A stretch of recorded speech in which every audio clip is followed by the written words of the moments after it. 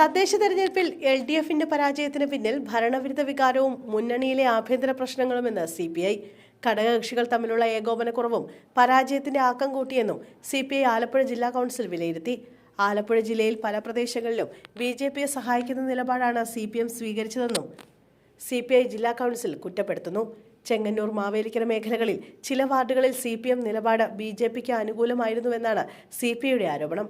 പലയിടങ്ങളിലും CPIയുടെ വിജയത്തിൽ CPMന് താൽപ്പര്യമുണ്ടായിരുന്നില്ലെന്നും CPI സ്ഥാനാർത്ഥികൾ മത്സരിച്ച മേഖലകളിൽ CPM വിമതരുടെ സാന്നിധ്യം പ്രകടമായിരുന്നുവെന്നും വിമർശനമുയർന്നു.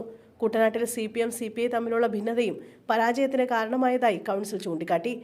SNDP യോഗം ജനറൽ സെക്രട്ടറി വെള്ളാപ്പള്ളി നടേശൻ നടത്തിയ ചില വിവാദ പ്രസ്താവനകളെ ശക്തമായി എതിർക്കാൻ LDFന് കഴിഞ്ഞില്ലെന്നും ഇത് ന്യൂനപക്ഷ വിഭാഗങ്ങളിൽ മുന്നണിയോടുള്ള വിശ്വാസം കുറയാൻ ഇടയാക്കിയെന്നും വിലയിരുത്തലുണ്ടായി. സർക്കാർ കൂടുതൽ തിരുത്തലുകൾ നടത്തേണ്ടതുണ്ടെന്നും ജില്ലാ കൗൺസിൽ അഭിപ്രായപ്പെട്ടു.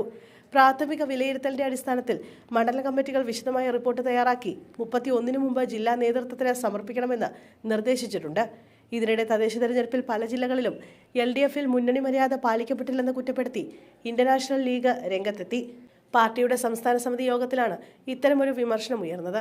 മുന്നണി നേതൃത്വത്തിന് ഗൗരവമായ വീഴ്ച സംഭവിച്ചതായും യോഗം വിലയിരുത്തി. ശബരിമല സ്വർണ്ണക്കൊള്ളക്കേസുമായി ബന്ധപ്പെട്ട വിഷയങ്ങൾ തെരഞ്ഞെടുപ്പിൽ LDFന് വലിയ തിരിച്ചടിയായെന്നും കേസിൽ ഉൾപ്പെട്ടവർക്കെതിരെ നടപടി വൈകിയതും ദോഷകരമായെന്നും INL സംസ്ഥാന പ്രസിഡന്റ് അഹമ്മദ് ദേവർകോവിൽ MLAയും സംസ്ഥാന ജനറൽ സെക്രട്ടറി കാസിം ഇരിക്കൂറും പറഞ്ഞു.